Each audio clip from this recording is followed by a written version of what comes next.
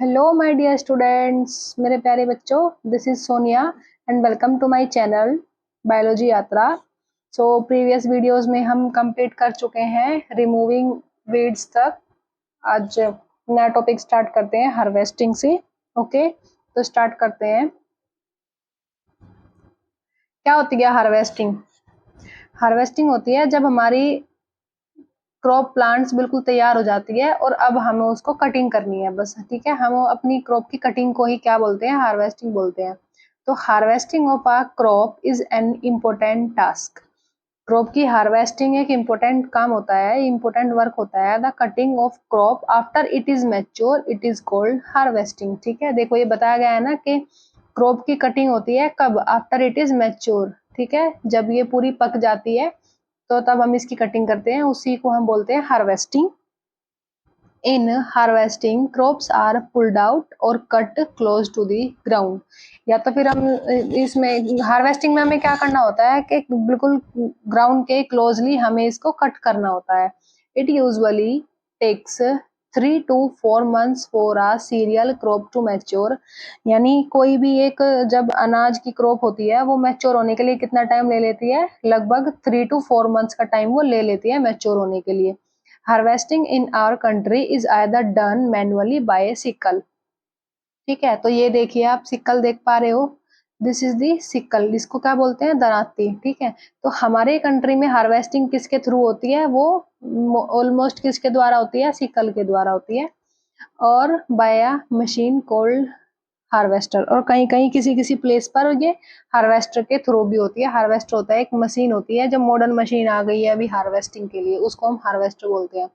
In the harvested crop the grain seeds need to be separated. ठीक है, harvested crop में क्या होता है कि जो ग्रेन सीड्स होते हैं, यानी जैसे अनाज है या फिर जैसे गेहूं है, जैसे चावल है, उनको सेपरेट करना होता है किससे? From the chaff. ठीक है, फ्रॉम दी चाफ। चाफ आपको पता है, ये जो डंडी होती है ना गेहूं की और चावल की। ठीक है, ये डंडी होती है और इसमें फिर वो बालियां निकलती है ऐसे ऐसे करके।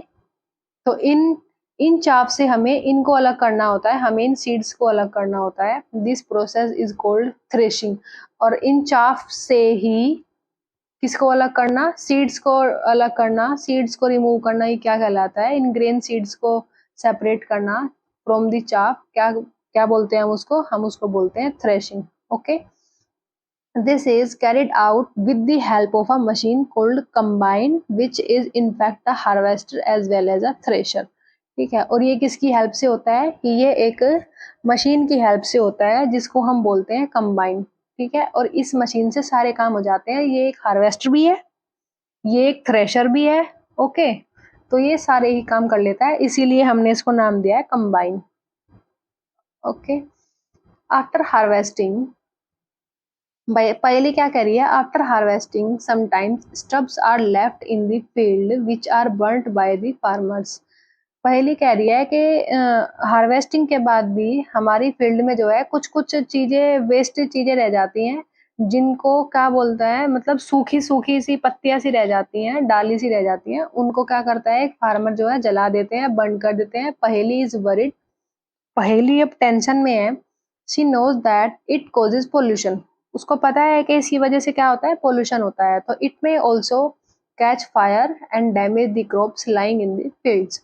और ये क्या कर सकता है? इसकी वजह से जो है पूरे खेत में आग लग सकती है, जिसकी वजह से जो खेत में और अदर खेतों में जो क्रॉप्स है वो क्या हो सकती है? वो सारी डैमेज हो सकती है। Farmers with small holdings of land do the separation of grain and chaff by winnowing। ये क्या कह रहे हैं? जिनके पास लैंड बहुत कम होती है, यानी वे फार्मर्स जिनके पास लैंड कम होती है, जिनके पास थोड़ी बहुत ही जमीन होती है। ठीक है, यानी स्मॉल होल्डिंग ऑफ लैंड। ठीक है, जिनके पास मतलब थोड़ी बहुत ही जमीन होती है, वो अपनी ग्रेन का सेपरेशन कैसे करते हैं? वो विनोइंग के थ्रू करते हैं। ओके, विनोइंग क्या होता है? You have already studied this is this in class 6। आप इसको पढ़ चुके हो, 6th क्लास में आप इसको पहले ही पढ़ चुके हो। ये क्या होता है? ये एक मशीन, आपने देखा है ना कि जब हमारे गेहूं या हमारी सरसों वगैरह घर पे आ जाती है, उसके बाद भी हमारी मम्मी लोग जो छाछ होता है ना, छाछ वगैरह जो होता है उसमें गेहूं को उछाल उछाल के उसमें से जो थोड़ा बहुत कूड़ा या फिर सूखी चीजें और बची हो जाती है, तुनके वगैरह बच जाते हैं, उनको ऊपर उछाल उछाल के निकालती हैं। तो वही एक स्टेप होता है ये, ठीक है, जिससे हमारे गेहूं के दाने तो पास में पड़ जाते हैं और जितना भी धूल वगैरह होती है वो उड़ जाती है। तो इसी को हम बोलते हैं विनोइंग। तो जो फार्मर्स जिनके पास कम ही लैंड होती है वो अपनी ग्रेन का सेपरेशन इसी टाइप से करते हैं। ओके। एंड हार्वेस्ट फेस्टिवल्स देखो, काफी काफी जगह पे हार्वेस्ट फेस्टिवल सेलिब्रेट किए जाते हैं। आफ्टर 3 और 4 months of hard work there comes the day of the harvest, ठीक है, यानी कि 3 से 4 महीने की हमारे मेहनत के बाद, हार्ड वर्क के बाद फाइनली वो डे आता है, हार्वेस्टिंग का डे आता है। The site of golden fields of standing crop laden with grain fills the hearts of farmers with joy and a sense of well-being।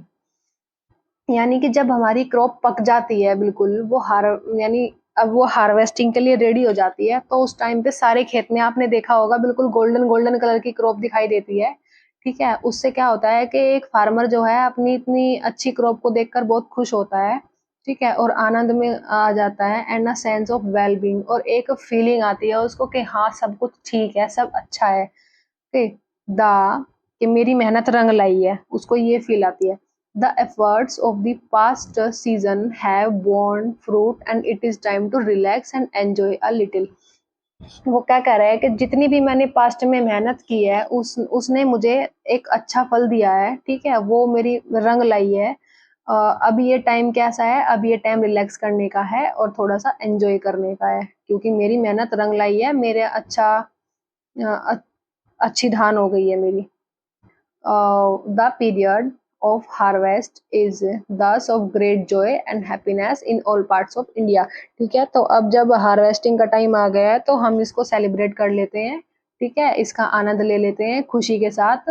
Almost India के सभी पार्ट्स में इसको सेलिब्रेट किया जाता है। Man and women celebrate it with great enthusiasm, ठीक है, और सभी जितने भी मैन और वुमेन होते हैं वो बहुत ही आनंद के साथ इसको सेलिब्रेट भी करते हैं। Special festivals associated with the harvest season are Pongal, Baisakhi, Holi, Diwali, Nabanna and Bihu, ठीक है। तो स्पेशल फेस्टिवल्स जो अपनी क्रॉप्स के लिए या फिर हार्वेस्टिंग के लिए मनाए जाते हैं वो क्या क्या है, पोंगल है एंड बैसाखी है, पंजाब में मनाया जाता है। होली दिवाली तो हमारी साइड मनाई जाती है। बिहू आसाम में मनाया जाता है, ओके। तो ये सारे फेस्टिवल्स होते हैं जो अपनी क्रॉपिंग के लिए सेलिब्रेट किए जाते हैं। फाइनल स्टेप आता है स्टोरेज। सब कुछ हो गया, हार्वेस्टिंग भी होगी। अब नेक्स्ट स्टेप आता है स्टोरेज। स्टोरेज में क्या होता है, storage of produce is an important task, ठीक है, यानी जो भी हमारा उत्पाद आया है, जो हमारा प्रोड्यूस आया है, उसका स्टोरेज करना भी एक इम्पोर्टेंट टास्क होता है। If the harvested grains are to be kept for longer time then they should be safe from moisture, insects, rats and microorganism। ये कह रहा है इफ द हार्वेस्टेड ग्रेन्स, जो ग्रेन्स हमारे पास आए हैं, अगर हमें उनको रखना है, एक लंबे टाइम के लिए रखना है, तो हमें क्या करना होगा कि उनको हमें सेफ रखना है मॉइस्चर से, ठीक है, कि हमारा जो अनाज है हमारा वो मॉइस्चराइज ना हो, मॉइस्चर को ना कैच कर ले, इंसेक्ट्स ना लग जाए, रैट्स और माइक्रो ऑर्गेनिज्म के हाथों वो ना लग जाए, तो उससे हमें अपने ग्रेन्स को सेफ रखना है। तो harvested grains have more moisture. क्या होता है कि जब हमारी हार्वेस्टेड ग्रेन्स आता है, जब न्यू न्यू हमारी हार्वेस्टिंग क्रॉप्स, जब ग्रेन्स जब हमारे घर आते हैं तो उनमें बहुत ज्यादा मॉइस्चर होता है।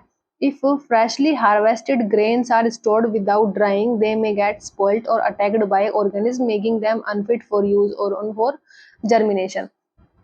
क्या होगा कि जो फ्रेशली हार्वेस्टेड ग्रेन्स है, अगर हम उसको ऐसे ही रख लेंगे, स्टोर कर लेंगे किसी भी बर्तन में, जो बड़ी बड़ी टंकी हमारे घर पे होती है या और भी जो बड़े बड़े वेसल्स होते हैं रखने के लिए, अगर हम उनको बिल्कुल ऐसे ही स्टोर कर लेंगे बिना ड्राई किए, ठीक है, बिना ड्राई किए अगर हम उसको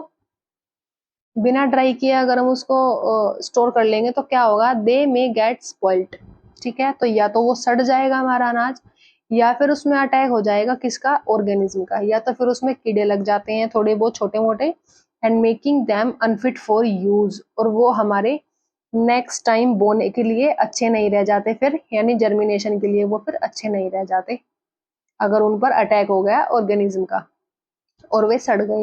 हैंस बिफोर स्टोरिंग दैम, इसीलिए क्या होता है कि उनको स्टोर करने से पहले the grains are properly dried in the sun, तो उन ग्रेन्स को हमें पहले प्रॉपर तरीके से बिल्कुल ड्राई करना है धूप में, to reduce the moisture in them, ठीक है। उनको ड्राई करके हमें उनका जो मॉइस्चर की मात्रा है उसमें वो उस अमाउंट को कम करना है। This prevents the attack by insects, paste, bacteria and fungi. इसकी वजह से क्या होगा कि उसमें पेस्ट नहीं लगेंगे और बैक्टीरिया नहीं लगेंगे और फंजाई नहीं लगेगी। Okay. I saw my mother putting some dried neem leaves in an iron drum containing wheat. I wonder why. अभी पहेली क्या कह रही है कि मैंने अपनी माताजी को देखा है कुछ जो सूखी नीम की पत्तियां होती है ना उसको रखते हुए देखा है, किसमें, एक आयरन के ड्रम में जिसमें हमें अपने ग्रेन को स्टोर करना है। तो ये कह रही है मैंने अपनी माताजी को देखा है अपने एक ड्रम में नीम की लीव्स को रखते हुए, कंटेनिंग व्हीट, जिसमें हमारा व्हीट होता है। तो आई वंडर वाई, तो मुझे मतलब मैं ये सोच रही हूँ कि क्यों ऐसा मम्मी ने क्यों किया। तो देखो क्या बताया, farmers store grains in jute bags और metallic beans.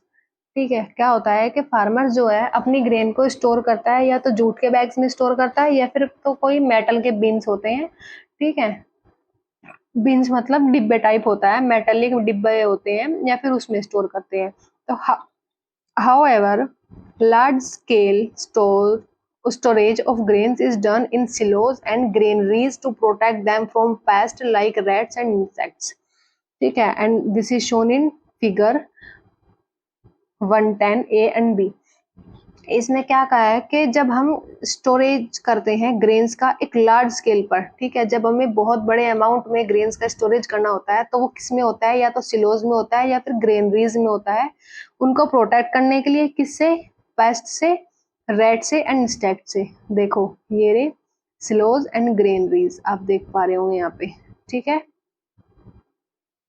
Silos and granaries, इसमें हम बहुत एक लार्ज अमाउंट में हम ग्रेन्स को स्टोर करते हैं। ओके, नेक्स्ट देखते हैं, dried neem leaves are used for storing food grains at home. Dried neem leaves use की जाती है किस लिए, यानी जो हम अपने घर पे ग्रेन को स्टोर करते हैं उसमें हम अपने ग्रेन को पेस्ट, बैक्टीरिया और फंजाई से प्रोटेक्ट करने के लिए हम क्या यूज कर सकते हैं, जो ड्राइड नीम लीव्स होती हैं उनको यूज कर सकते हैं for storing large quantities of grains in big godowns. ठीक है, अगर हमें क्या करना है कि ग्रेन्स की एक लार्ज क्वांटिटी को हमें स्टोर करना है, किसमें, बड़े बड़े गोडाउन में अगर हमें स्टोर करना है तो specific chemical treatments are required. ठीक है, तो उनको हम स्पेसिफिक केमिकल ट्रीटमेंट्स देते हैं to protect them from pest and micro organism. उनको पेस्ट से और माइक्रो ऑर्गेनिज्म से प्रोटेक्ट करने के लिए हम उनके में एक स्पेशल टाइप का केमिकल ट्रीटमेंट देते हैं। ओके, देखो एक एक्टिविटी आपको दे रखी है कि हमें फूड कहाँ से मिलता है, वो तो हमने पढ़ लिया है कि हमें फूड फ्रॉम प्लांट्स, प्लांट्स वाला फूड तो हमने पढ़ लिया, बट हमें कुछ फूड्स जो हैं एनिमल्स से भी मिलते हैं। वो कौन कौन से हैं, जैसे मिल्क है, मिल्क हमें किससे मिलता है, काऊ से, बफेलो से, शी गोट से, शी कैमल से। आपको और ऐसे सोर्स लिखने हैं, ठीक है, जैसे और फूड लिखने हैं, कर्ड है एंड चीज है, बटर है। ठीक है, ये सब चीजें भी तो हमें किससे मिलती है, एनिमल से ही मिलती है ना। मीट है, मीट भी हमें किससे मिलता है, एनिमल से मिलता है। तो आफ्टर कंप्लीटिंग दिस टेबल, इस टेबल को कंप्लीट करने के बाद you must have seen that like plants animals also provide us with different kinds of foods। ठीक है, तो हमने मतलब तो ये देख चुके हो कि प्लांट्स और एनिमल्स दोनों ही हमें फूड प्रोवाइड करते हैं, डिफरेंट डिफरेंट के टाइप, डिफरेंट काइंड के हमें फूड देते हैं। ठीक है, दूध के बिना भी हमारा काम नहीं चलेगा भैया, हमें तो एनिमल्स भी तो जरूरी है हमारे लिए। Many people living in the coastal areas consume fish as a major part of their diet। Coastal area क्या होता है, जो पानी वाले एरियाज होते हैं ना, जहाँ पे समुद्र वगैरह ज्यादा होते हैं। ठीक है, तो क्या कह रहे हैं कि many people living in the coastal areas, यानी बहुत से लोग जो कोस्टल एरियाज में रहते हैं वो कंज्यूम करते हैं फिश को। ठीक है, वो ज्यादातर क्या खाते हैं, मछली खाते हैं as a major part of their diet. ठीक है, यानी कि वो अपनी डाइट में सबसे ज़्यादा वो किसको रखते हैं, वो फिश को रखते हैं। In the previous classes you have learn about the food, यानी अपनी फ्रॉम फूड्स, जो हमें कहाँ से मिलते हैं, यानी प्रीवियस क्लासेस में आप पढ़ चुके हो फूड के बारे में, that we obtain from plants, जो हमें प्लांट से मिलते हैं। And we have just seen that the process of crop production involves a number of steps like selection of seeds sowing etc. ठीक है, आप देख चुके हो कि क्रॉप प्रोडक्शन की प्रोसेस में क्या क्या होता है, काफी सारे स्टेप्स होते हैं। जैसे सबसे पहले होता है सिलेक्शन ऑफ सीड्स, होता है सोइंग होता है। ओके, सिमिलरली क्या होगा, एनिमल्स रियर्ड एट होम और इन फार्म्स, जो एनिमल्स हमारे घर पे होते हैं या तो फिर, यानी जिन एनिमल्स को या तो घर पे पाला जाता है या तो फिर फार्म्स में पाला जाता है, have to be provided with proper food, shelter and care. उनको भी हमें प्रोवाइड करनी होती है अच्छा फूड देना है, एक अच्छा उनको स्पेस देना है रहने के लिए, और उनकी केयर भी करनी होती है। When this is done on a large scale it is called animal husbandry. और हमारे घर में तो लगभग क्या होगा, 2 या 4 एनिमल्स ही होते हैं, लेकिन जब हम एक बड़े लार्ज स्केल पर जब ये काम करते हैं तो उसको हम क्या बोलते हैं, उसको एनिमल हस्बेंड्री बोला जाता है। Okay, fish is good for health, जो मछली होती है वो हेल्थ के लिए बहुत अच्छी होती है। We get cod liver oil from fish which is rich in vitamin D. हमें फिश से क्या मिलता है, कोड लीवर ऑयल मिलता है फिश से, जो विटामिन डी में बहुत रिच होता है। तो यहाँ आई थिंक ये चैप्टर फिनिश हो जाता है। ये देखो, ये कुछ कीवर्ड्स हैं जो बहुत ही इम्पोर्टेंट है, इन सबको याद रखना। एग्रीकल्चर प्रैक्टिसेस क्या होती है, एनिमल हस्बेंड्री क्या होती है, अभी बताया एनिमल हस्बेंड्री क्या होती है, जब किसी लार्ज स्केल पर आप एनिमल्स को फूड प्रोवाइड करते हो, शेल्टर देते हो और उनकी केयर करते हो, एक है ऑन अ लार्ज स्केल, तो उसको एनिमल हस्बेंड्री बोला जाता है। क्रॉप, फर्टिलाइजर, ग्रेनरीज, ये सारी मेन कीवर्ड्स हैं, आप इनको याद रखना। ओके, जैसे मैन्यूर क्या होता है, ऑर्गेनिक खाद होता है ना। खरीफ, इरिगेशन, हार्वेस्टिंग, रबी, मैंने प्रीवियस वीडियोस में सब ध्यान पढ़ाया है, आपको सब आराम से देखना है। ओके, सो यहाँ हमारा चैप्टर फिनिश होता है। नेक्स्ट वीडियो में हम चैप्टर 2 स्टार्ट करेंगे। अगर आपको मेरी वीडियो अच्छी लगे तो प्लीज़ लाइक कर दीजिएगा मेरी वीडियो को, एंड मेरे चैनल को सब्सक्राइब कर दीजिएगा। And thank you so much for watching.